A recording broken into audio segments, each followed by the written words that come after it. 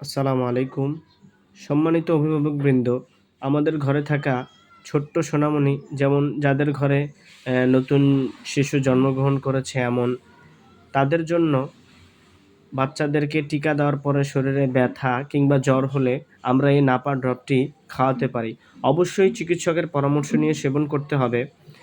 এ এবং এটির কার্যকারিতা হচ্ছে জ্বর, মাথা ব্যথা, দাঁতের ব্যথা, কানের ব্যথা, ঠান্ডা, ইনফ্লুয়েঞ্জা, শিশুদের টিকা দেওয়ার পরের জ্বর ও ব্যথা ইত্যাদির জন্য এটি খুবই কার্যকর এবং এই ওষুধটি আমরা সেবন করব যারা একদম প্রথম জন্মগ্রহণ করেছে তার থেকে নিয়ে ৩ মাস পর্যন্ত 0.5 মিলিগ্রাম এবং ৪ থেকে ১১ মাস বয়সী শিশুদের ১ মিলিগ্রাম, ১২ থেকে ১৩ মাস ১.৫, ২ থেকে ৩ বছর ২ মিলি, ৪ থেকে ৫ বছর ৩ মিলি করে দিনে ৩-৪ বার অথবা চিকিৎসকের পরামর্শ অনুযায়ী খাওয়াতে পারি।